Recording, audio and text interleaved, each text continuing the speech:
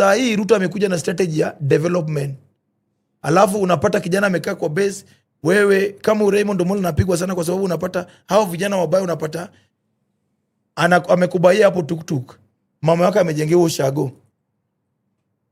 Na wakina babu hata wao wanalia bro, enda babu akuonyeshe. Anasema mimi nimezaliwa Kanyalenda, mimi ni Wanyalenda. Akulete list ya wale vijana Wajaluo kabla aende kwa kabila lingine. List ya Wajaluo wale amepea contract Embakasi East. Wale wamefaidika kwa sababu yake. Aende Nyalenda kuonyesha huyu kijana nimembaia pikipiki kwa sababu anatoka Nyalenda. Bro, hakuna haja, siasa imeanza kuchange. Vijana wanataka ule mtu anaweza gusa life yake na kitu.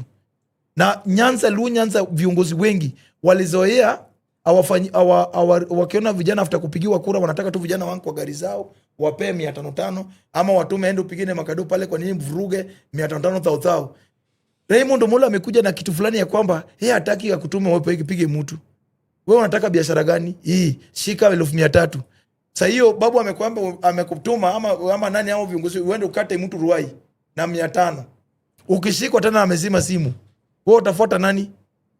So saa hii siasa imeanza kuchange Nyanza. Hii siasa ya kutumika na vijana kuwekwa nini? Wameanza kuona vijana wameanza kujua unapigia Gaucho simu akuji, anafanya mradi yake fulani. Unapiga nini fulani. Sasa mimi kama sasa nimepewa kazi Mama Lucy.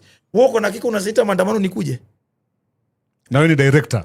Unataka kuharibu jina yangu kwa nini? Mimi director daktari mkubwa kama mimi. Unaita mimi kwa maandamano, kwani umechanganyikiwa? Daktari mkubwa Mama Lucy. Wewe polisi usikwe mali Siwezi. So maandamano huwezi. Siwezi kwa sababu watu walikuwa wanataka ukue idol.